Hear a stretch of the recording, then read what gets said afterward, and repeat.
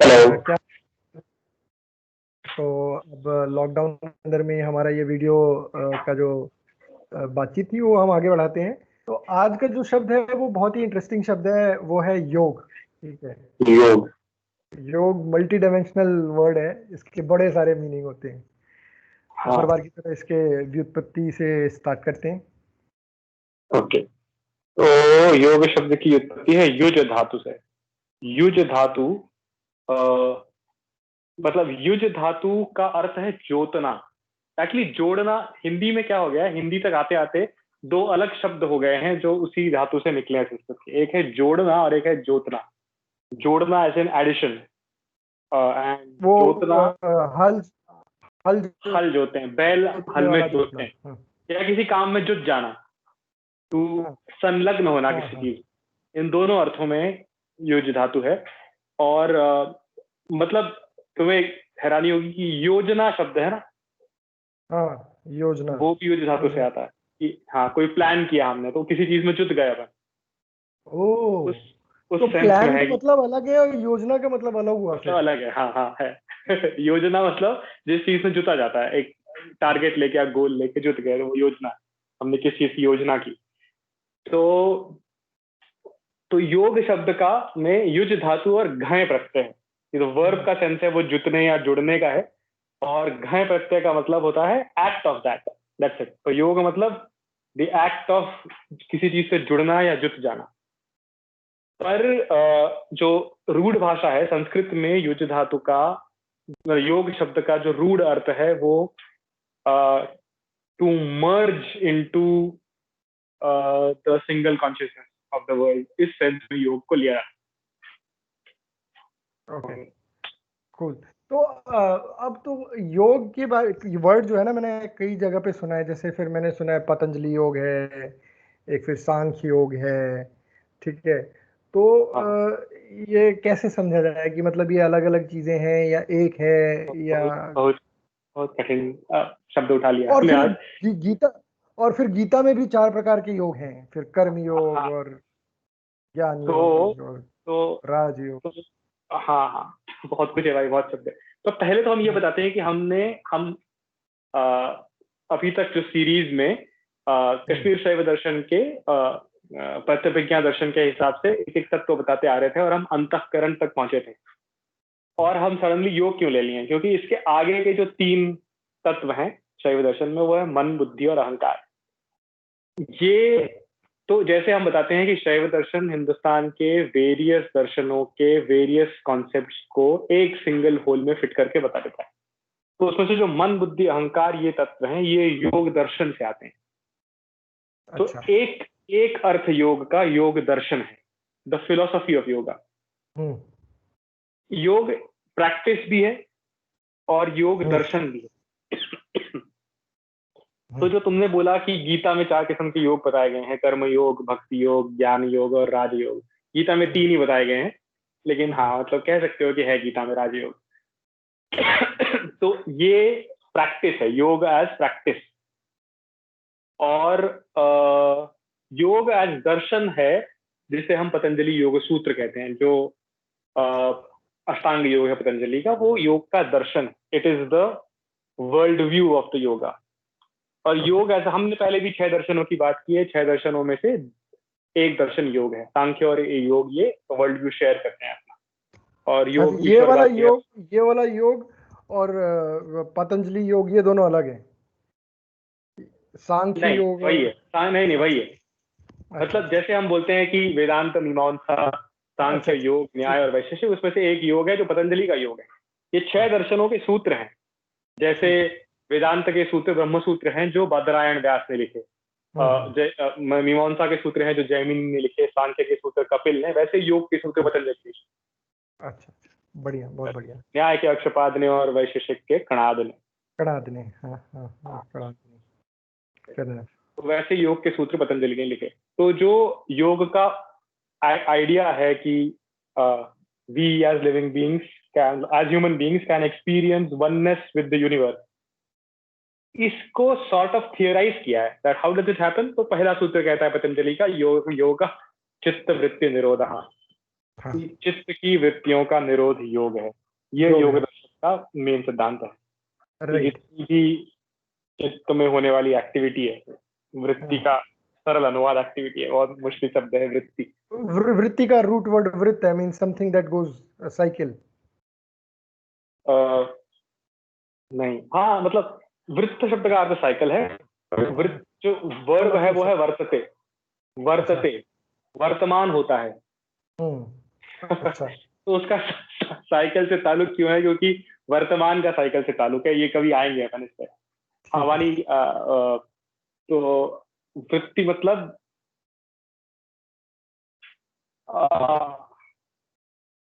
तुम कह सकते हो टेंडेंसी अर्थ है। अच्छा, टेंडेंसी। या yes. Tendency is a good translation, कि जो बार बार वर्तमान होती है ऐसी चीज। तो चित्त की जो वृत्ति है, टेंडेंसी है, उसका निरोध, सब टेंडेंसियों का निरोध हो जाना, ये योग है। तो अच्छा। In in in the sense that we as conscious, हमने शैव दर्शन का हवाला पहले दिया, हमने बहुत सारे तरह से हमने ये बताने की कोशिश की है कि जब टेंडेंसी रुक जाती है अपने अंदर के इमोशन की, लेकिन हम कॉन्शियस रहते हैं, तब हम कौन होते हैं? What we remain is the base consciousness of the universe, leaving our individuality. तो इसका वो जो बाकी योग के मेथड है उससे क्या ताल्लुक है? हाँ, राइट। जो आसन वासन हुए, तो बेसिकली उस पे तो एक सवाल है पर मेरे, ये जो आपने जो वृत्ति बोली, ये तो इसका भी कोई वो होगा ना कि मतलब कि कितनी वृत्तियां हैं, तो उसमें से मैंने कहीं पे पढ़ा था कि उसमें से जो इंटरेस्टिंग चीज मैंने पढ़ी थी कि नींद, स्लीपिंग, निद्रा, निद्रा भी एक टाइप की वृत्ति है। वृत्ति है, हाँ बिल्कुल है। और और और हमने जो शैव दर्शन पढ़ा है, जो शैव दर्शन के बारे में थोड़ा बहुत जाना है, उसमें सुषुप्ति जो एक अवस्था है, एक अवस्था और एक वृत्ति है, दोनों को बड़ा बहुत तो ये बात इंटरेस्टिंग। पूछिए, देखो नहीं, अलग अलग चीजें हैं। निद्रा और सुषुप्ति में अंतर है। ओके। निद्रा में स्वप्न भी होता है। निद्रा बॉडी की स्लीप है, सुषुप्ति स्वप्न जागृत, ये स्टेट ऑफ कॉन्शियसनेस, अवस्था है। आत्मा की अवस्थाएं हैं। हाँ, आत्मा की अवस्थाएं। तो है ना। तो ये आ, लेकिन तुमने इसके पहले कुछ पूछा था कि वृत्ति का शैव दर्शन एंगल में कैसे समझा जाए? शक्ति है। और वो, हाँ, और एक्टिविटी, और मतलब जो योग एज एन एक्टिविटी का क्या सेंस है, मतलब आसन वासन या। यार देखो, योग जो है वो कहता है कि चित्त की वृत्तियों का निरोध से मुक्ति हो जाती। मुक्ति नहीं कहते, वो शब्द कहते हैं योग हो जाता है। योग हो जाता है। योग हो जाता है। तो ये शैव दर्शन का पुरुष है। अच्छा। वृत्तियों से वृत्तियों का निरोध हो चुका है, ऐसा चित्त पुरुष है। अच्छा। और वृत्तियां प्रकृति है उसी पुरुष की। ओके। ओके। ठीक है, बहुत ही बढ़िया। तो पुरुष माया से आच्छादित है। हम्म। तो ये पहले योग का वो बता देते हैं।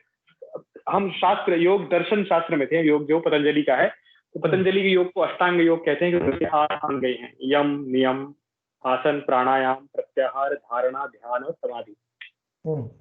तो आ, इसमें घुसा जा सकता है पूरी तरह से, पर ये मूल रूप से दर्शन है, वर्ल्ड व्यू समझाने का तरीका है कि ये अंग हैं, ये सब होते हैं योग में। तो वो जो हमने कहे थे कि गीता में 3 बताए गए हैं: कर्म योग, ज्ञान योग, भक्ति योग और राजयोग कहते हैं चौथे को। ये जो मेथड हैं, ये मेथड एक दूसरे के ऑर्थोगोनल हैं दिखने में, लेकिन वो उन सब में कुछ अंडरलाइन चीजें हो रही होती हैं। अच्छा। अच्छा। वो अंडरलाइन चीजें जो हो रही होती हैं वो समझाई गई हैं पतंजलि के 8 में। ये 8 चीजें होती हैं। अच्छा। मतलब आप ओके। कर्मयोग के मार्ग से जा रहे हो या आप ज्ञान योग के मार्ग से जा रहे हो, यम और नियम होगा। अच्छा। अच्छा। आप झूठ ओके। बोलना छूटे, आपका झूठ बोलना छूटेगा, आप सच बोलना शुरू करोगे, भले आप भक्त हो रहे हो, भले आप ज्ञानी हो रहे हो।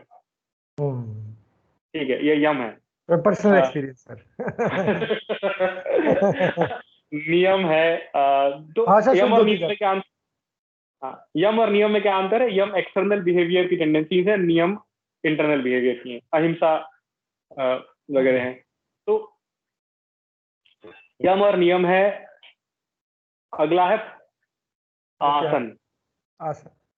आसन हाँ।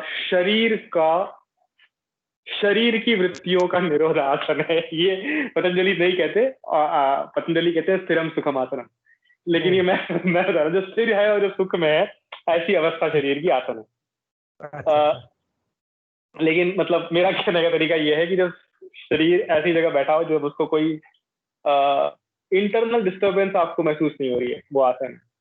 वो स्थिरता अचीव करनी पड़ती है, वो होती नहीं है। हाँ, राइट राइट।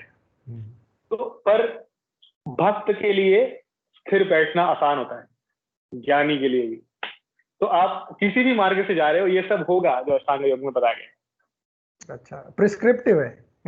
नहीं, प्रिस्क्रिप्टिव नहीं है, डिस्क्रिप्टिव है, हाँ, तो प्रिस्क्रिप्टिव नहीं कर्म है। ज्ञान, हाँ, गीता थोड़ी प्रिस्क्रिप्टिव है, पतंजलि का योग दर्शन डिस्क्रिप्टिव, डिस्क्राइब करता है कि ऐसा होगा। तो प्राणायाम, आसन के अगला क्या है? प्राणायाम। तो अच्छा, बाय द वे, योग के हिसाब से बॉडी के स्ट्रक्चर को भी बताया गया है कि अन्नमय कोश है। हमने पहले इसकी बात की है।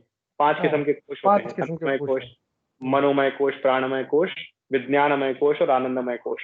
आनंदमय कोश। तो हाँ, तो प्राणमय, तो आसन जो है वो अन्नमय और मनोमय पे काम करता है कुछ सम लेवल। प्राणायाम प्राणमय कोश पे काम करता है। वो प्राणमय अच्छा। कोश के लेवल की जो वृत्तियां हैं उन्हें रिलैक्स करता है। इसके बाद है प्रत्याहार।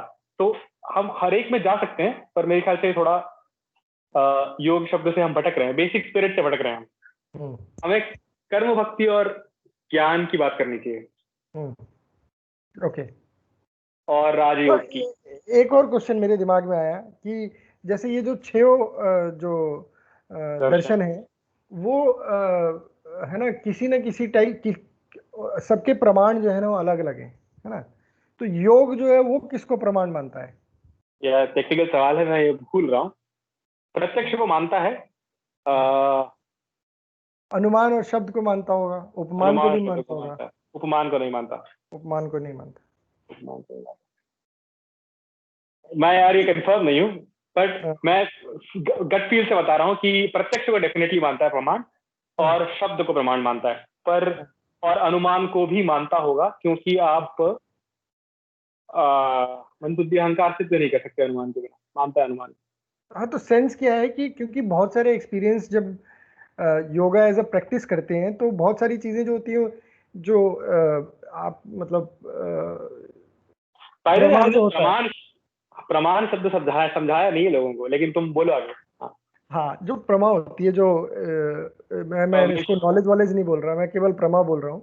तो हाँ, जो प्रमा कॉग्निशन। होती है, वो it is not just limited to sense organs, there is something else also that is going on, which is जो कि अपने सेंस ऑर्गन्स के, कैसे बोलना चाहिए कि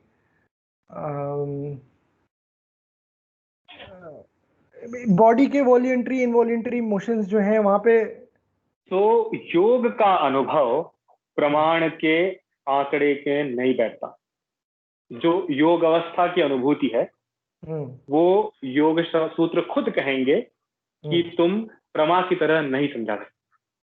अच्छा, ओके, है ना? फिर वही तो। स्वप्न को भी समझा सकते हैं, हाँ। लेकिन योगानुभूति जो है, वन विद द यूनिवर्स, ये अनुभूति इंद्रिय से नहीं है। हाँ, इंद्रिय से नहीं है, राइट। और इसीलिए बुद्धि के अनुमान से भी नहीं। अनुमान भी नहीं लगाया जा सकता। ये अच्छा सवाल है, और मुझे इसका जवाब नहीं पता कि क्या वो उसे किस प्रमाण के बाहर है तो उसे कैसे डील करते हैं। मेरे को, मैं योग सूत्र का मास्टर नहीं हूँ मतलब मेरे को, नहीं, बस जस्ट लेकिन क्वेश्चन आया कि इसका जवाब साधना पद में होगा कहीं, योग में, योग सूत्रों में। और साधना पद में इसलिए होगा क्योंकि वो थोड़ा सा थियोरेटिकली घुसते हैं अवस्थाओं में साधना पद में। अच्छा, इसलिए होगा, समाधि पद में नहीं होगा। मतलब देखना पड़ेगा, ढूंढना पड़ेगा ये मेरे को। मैं योग सूत्र का मास्टर नहीं हूँ, लेकिन वापस ये गीता के। मतलब अगर मुझसे पूछोगे कि योग के बाहर जनरली क्या है, तो शब्दानुभूति के बहुत करीब है। अच्छा। योगानुभूति, शब्द का जो अनुभव है, ओंकार का जो अनुभव है वो, और वननेस का एक्सपीरियंस, तो उसको योग वाले उस एक्सपीरियंस को समाधि कहते हैं। जो आखिरी पार्ट है तो आखिरी बात है। वो समाधि है, और वहां बुद्धि खुद सम हो चुकी है। अच्छा, समाधि का मतलब ये है। हाँ। समाधि का अर्थ है बुद्धि का स्थिर होना, सम हो जाना, सम होना, इक्वानिमस हो चुकी है। वो अहंकार के बिहाफ पे एक्ट नहीं कर रही है। अच्छा। और योग समाधि अवस्थाओं को दो किस्म की समाधियों में तोड़ता है, सविकल्प समाधि और निर्विकल्प समाधि। सविकल्प समाधि जिसमें एक कॉन्सेप्चुअलाइज्ड ऑब्जेक्ट है और एक ही है और कुछ नहीं है, और निर्विकल्प जिसमें कोई ऑब्जेक्ट नहीं है। तो ये जो तुम्हारा सवाल था कि चित्त की वृत्तियों के निरोध का शैव तंत्र से क्या ताल्लुक है, कश्मीर शैव दर्शन से, उसका एक उत्तर ये है कि सविकल्प समाधि में वो पुरुष है, निर्विकल्प समाधि में वो शुद्ध विद्या है। अच्छा।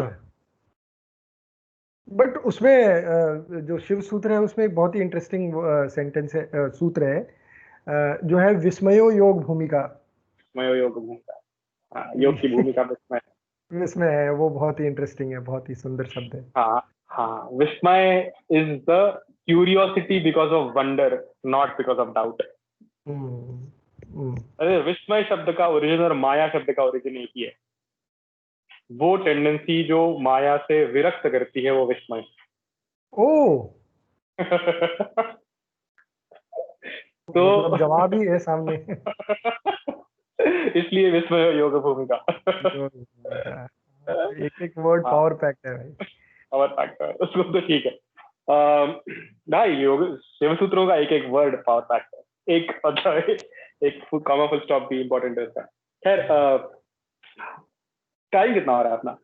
ओके, दिख नहीं रहा मुझे यहाँ से। हाँ खैर ठीक है, ठीक है। तो तो हम इस पे आ रहे थे कि ज्ञान कर्म भक्ति जो गीता है, हाँ तो हाँ। गीता योग शास्त्र का ग्रंथ माना जाता है मेनली। अगर आप दर्शनों के हिसाब से देखा जाए तो गीता का जो मुख्य दर्शन है वो सांख्य योग ही है, सांख्य और योग। हाँ हाँ हाँ, मुनियों में मैं कपिल मुनि हूँ। मुनियों में मैं कपिल मुनि हूँ। और अरे एंड में जब बोलते हैं कि योग शास्त्रे, मतलब जो एपिलॉग है गीता का, वो गाने में तब एंड में गाते हैं, तो हम बोलते हैं कि योग शास्त्र में कृष्ण अर्जुन संवाद में भगवत गीता का ये अध्याय है जो समाप्त हो रहा है। तो योग के पहले, गीता के पहले 6 चैप्टर कर्मयोग की बात करते हैं। अच्छा। बीच के 6, गीता में 18 चैप्टर है, बीच के 6 चैप्टर भक्ति योग के और आखिरी 6 चैप्टर ज्ञान योग की। जनरली ये डिविजन है। और हम यूजुअली अगर हम लिस्ट करते हैं टाइप्स ऑफ योगा, तो हम उसे कर्म ज्ञान भक्ति और चौथा हम राजयोग कहते हैं या हठ योग कहते हैं। तो राजयोग और हठ योग अलग है क्या, जो मतलब एक है क्या? यार ये सॉरी टू इंटरप्ट। बहुत सारे लोग अल्टरनेटिवली यूज करते हैं सब। ठीक है, ओके। पर मैं कहूंगा कि राजयोग थोड़ा सा ब्रॉडर शब्द है हठ योग से। ठीक। हठ योग मतलब प्राइमरी आसन प्राणायाम इससे शुरू करके नाड़ी तंत्र। तो भाई देवे ये बहुत सरप्राइजिंग बात है कि लोग ये जो 7 चक्र हैं और 2-3 नाड़ियां और 72 नाड़ियां हैं, इसको योग से जोड़ते हैं। पर तुम्हें हैरानी होगी ये पतंजलि नाड़ी की बात नहीं करते, ना चक्र की बात करते। पतंजलि के पूरे योग सूत्र में ना 7 चक्र है ना 3 नाड़ियां हैं। ओहो। तो ये कंसेप्ट आया था? योगियों का राजयोगियों का तरीका है समझाने का, और राजयोगियों का मेथड जो है विच टेक दिस। तो हठ योग प्रदीपिका इज द मेन ग्रंथ जिसमें तुम्हें ये डिस्क्रिप्शन मिलेगा। अच्छा। और भी है, मतलब हठ योग प्रदीपिका नाथों का, नाथ संप्रदाय जो है, नाथ संप्रदाय developed the Patanjali's yoga into a body centric method। अच्छा। तो योग और तंत्र का ओवरलैप हठ योग है।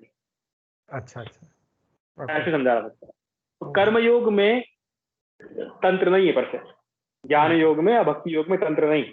पहले एक बार समझ लेते हैं कि ये क्या क्या है। ठीक है, हाँ प्लीज। कर्मयोग का अर्थ है लाइफ टाइम निष्काम कर्म करना। At every moment of time कोई भी काम करना है तो बिना कामना के करना है।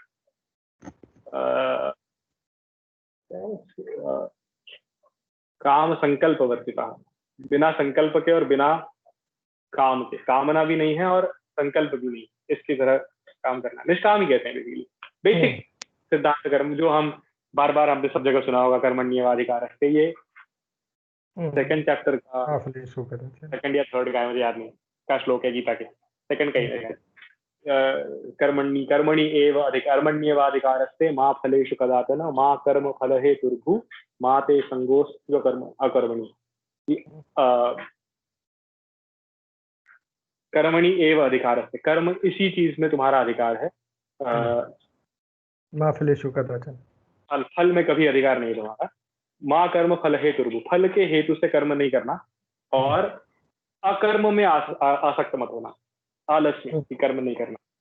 ये बेसिक समरी है कर्मयोग, एक श्लोक समरी है कर्मयोग का। ये जो आपने बोला ना अकर्म में, तो ये बहुत ही इंटरेस्टिंग बात है, क्योंकि देखो कैसा है कि जो दूसरी साइड की जो लाओ त्जू और ये इनएक्शन की बात नहीं कर रहे होते हैं वो, या अकर्म की बात नहीं कर रहे होते हैं वो, पर लोग उनको अकर्म समझते हैं कि अब कर्म करने की जरूरत क्या है, कि जब जब कोई देखो ताओइज्म और कर्मयोग में ओवरलैप भी है और डिस्टिंक्शन भी है। उनका एक लेटर, लाओ त्जू के बाद का एक लेटर मॉन्क है च्यांग से,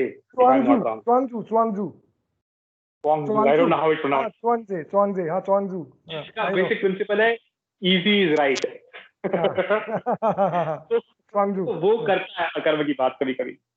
तो दाओइज्म में है school, inside Daoism also there is variation, पर कर्म मार्ग अकर्म की बात नहीं करता। सुबह 6 बजे उठना है, दंड मारना से शुरू होता है कर्म योग। ठीक है, रोज उठ के काम करना है। एबल बॉडीड के लिए है कर्म योग, जिसकी बॉडी एबल नहीं है वो कर्मयोग मुश्किल है, क्योंकि only able bodied people want to act with और विदाउट अ पर्पस। हाँ राइट, बॉडी एबल नहीं है तो आपको कोई कारण चाहिए होगा उठ के काम करने के लिए। ठीक है। दूसरा है भक्ति योग। भक्ति योग भाई मन का मार्ग है, प्रेम का मार्ग है, राधा का मार्ग है भक्ति योग। ठीक है, अर्जुन का नहीं है, राधा का मार्ग है भक्ति योग। हरे रामा कृष्णा, पूरा राधा वल्लभ संप्रदाय, जो वृंदावन का सेंस और फीलिंग है, इस्कॉन वाले, उड़ीसा के जगन्नाथ वाले, और उनका जो गीत गोविंद लिखने वाले कौन थे वो, महाराष्ट्र के वारकरी जो यात्रा पर निकलते हैं हर ज्ञानेश्वर की पादुका लेके, ये सब भक्ति योगी हैं। कृष्ण ने महाभारत युद्ध में कृष्ण को पता था कि महाभारत युद्ध में क्षत्रिय खत्म होने वाले हैं, मेजॉरिटी बचेगा नहीं कोई, तो और कलयुग आने वाला है, तो लोगों को एक सिंपल मेथड दिया जाए, इसलिए भक्ति योग sort of start with Krishna. उसके पहले आपको भक्ति नहीं दिखेगी। मतलब राम ने रामेश्वर में शिवलिंग बनाया और उसकी आराधना की, वो पर से भक्ति नहीं है, it is still a yantra. The Shivling is still a yantra, it is something that you use to get power. It is not a complete dissolving yourself kind of devotion without anything return to be sought। Krishna के बाद है भक्ति योग, कृष्ण के लिए भक्ति है पहले इन सम सेंस। ओके, अगला है ज्ञान योग। ज्ञान योग सबसे मुश्किल योग। ज्ञान योग हर एक के उसकी बात नहीं है। ज्ञान योग एक्सट्रीमली शार्प इंटेलेक्ट वाले के लिए, जिसका इंटेलेक्ट इतना शार्प है कि वो इंटेलेक्ट का लिमिटेशन इंटेलेक्चुअली समझ सकता है।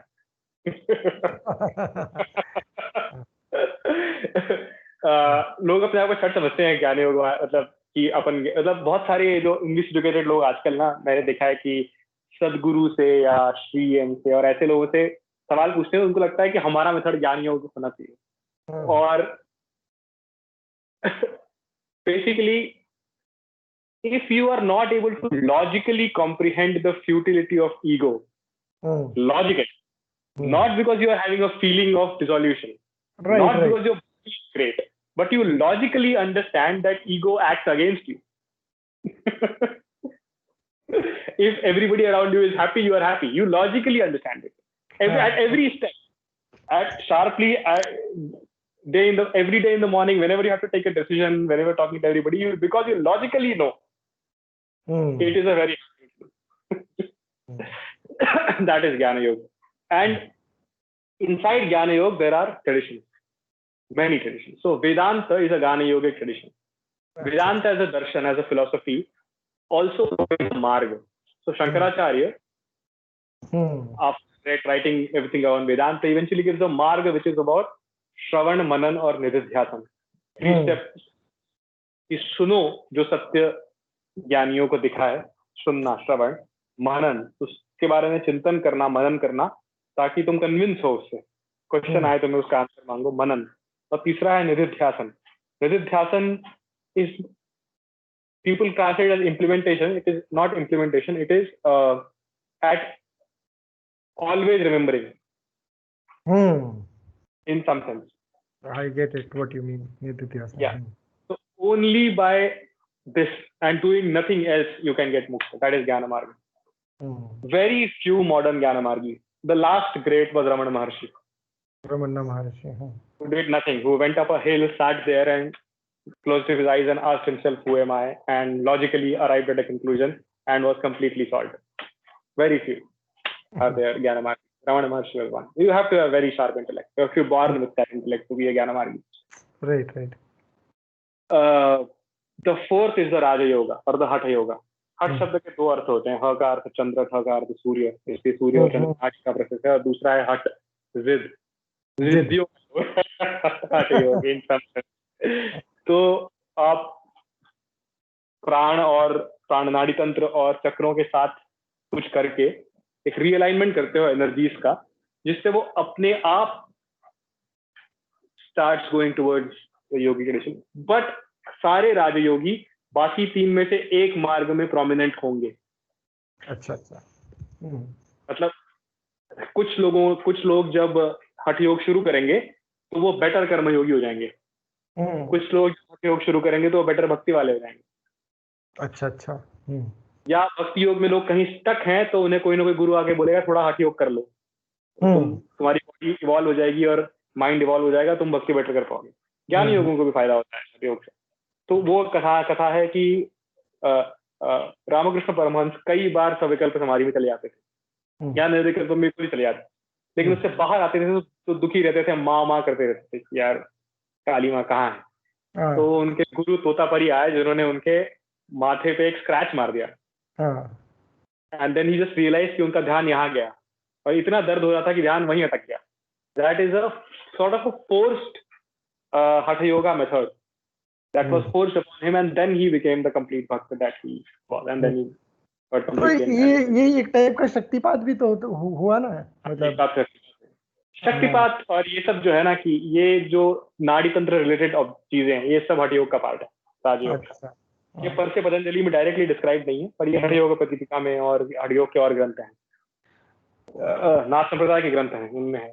बाय द वे वो जो जेन सटोरी होते हैं ना, वो भी ये शक्ति पात का इस्तेमाल करते हैं. तो लाठी वाठी मार देते हैं अपने स्टूडेंट्स को, लात वात मार देते हैं, चाटे वाटे मार देते हैं.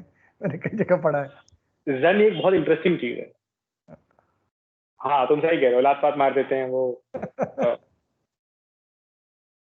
anyway, तो हाँ मतलब बाय द वे योग का बौद्धों से भी ताल्लुक है, बोलो मतलब ताल्लुक भी ओवरलैप भी है. तो मेरे एक बहुत ही हाई मेडिटेटिव बौद्ध मित्र हैं जो कई सालों से हार्डकोर विपश्यना साधना कर रहे हैं रोज, कई सालों से, मतलब more than a decade. So he explained to me कि where Patanjali stops at चित्त वृत्ति निरोध, but Buddha's method is to चित्त का निरोध. अच्छा अच्छा. Which he is right in some sense. चित्त का ही निरोध है कि चित्त खत्म हो जाता है. That is the ultimate path. बौद्ध ऐसे समझाते हैं. पर बौद्धों के भी स्कूल्स हैं. हीनयान के लिए ठीक है, पर जो महायान स्कूल है, ज़ेन बुद्धिज्म और महायान का higher version on steroids, Vajrayana, Tibetan Buddhism is a highly tantra overlap. So Zen and Tibetan Buddhism has tantra overlap, and that is why it had the elements of Shaktipat and chakras and mantras and all of that. भाई बहुत vast topic है, हमने एक से cover करने की कोशिश की है, पर बहुत ही अच्छा हुआ. हाँ तो समरी ये है बेसिकली कि योग शब्द अल्टीमेट कॉन्शियसनेस में डिसॉल्व होने का एक्ट है, उसका मेन अर्थ है. पतंजलि योग सूत्र उसका थियोरेटिकल बैकग्राउंड डिस्क्रिप्टिवली बताते हैं, और प्राइमरीली सारे जो मार्ग हैं वो कर्म, भक्ति, ज्ञान और हठ योग, इन चारों में डिवाइड किया जा सकता है। शैव तंत्र में इसका ओवरलैप ये है कि जिसे चित्त वृत्ति निरोध कहते हैं पतंजलि, वो चित्त जो है वो ही पुरुष है शैव तंत्र का, और जो 112 उपाय हैं वो किसी न किसी तरह से ये 4 योगों में फिट होंगे। अच्छा, होंगे।